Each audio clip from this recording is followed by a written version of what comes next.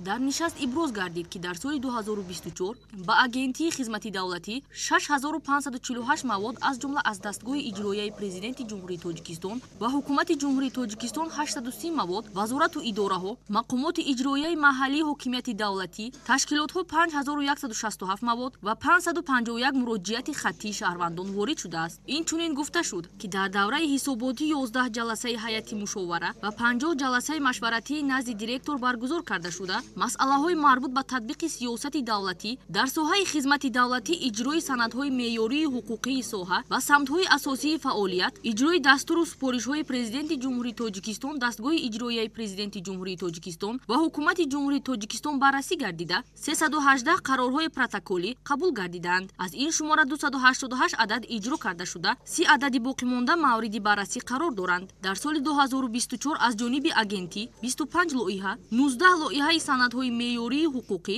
ва 6 лоиҳаи санади байналмилалӣ оид ба ҳамкориҳои дуҷониба таҳия гардиданд, ки аз ин 12 лоиҳа қабул, 5 лоиҳа дар баррасии дастгоҳи иҷроияи президенти ҷумҳурии Тоҷикистон ва 8 лоиҳа дар баррасии вазорату идораҳо қарор доранд. Ҳамчунин дар ин давра ба 41 лоиҳаи санадҳои меъёрии ҳуқуқӣ аз мақомоти давлатӣ ворид гардида, хулосаҳо пешниҳод карда шуданд. Қайд гардид, ки мувофиқи таҳлилҳои оморӣ, ки аз мақомоти давлатӣ ҳар 3 моҳа дархост, коркард, ҷанбаст ва чораҷӯӣ карда мешаванд, ба ҳолати 31 декабри соли 2024 шумораи хизматчиёни давлатии амалкунанда 18801 нафар аз синни миёнаи хизматчиёни давлатӣ 36,6 соларо ташкил медиҳад. Занон дар хизмати давлатии шаҳрвандӣ дар маҷмӯъ 4849 нафар ё 25,8%ро ташкил дода, аз 5955 нафар ишғолкунандагони мансабҳои роҳбарикунанда, 1146 нафар ё 19,2% занони роҳбар мебошанд. Теъдоди умумии занон нисбат ба ҳамин давраи соли 2023 280 нафар афзоиш дода шудааст. Дар мансабҳои роҳбарикунанда бошад теъдоди занони роҳбар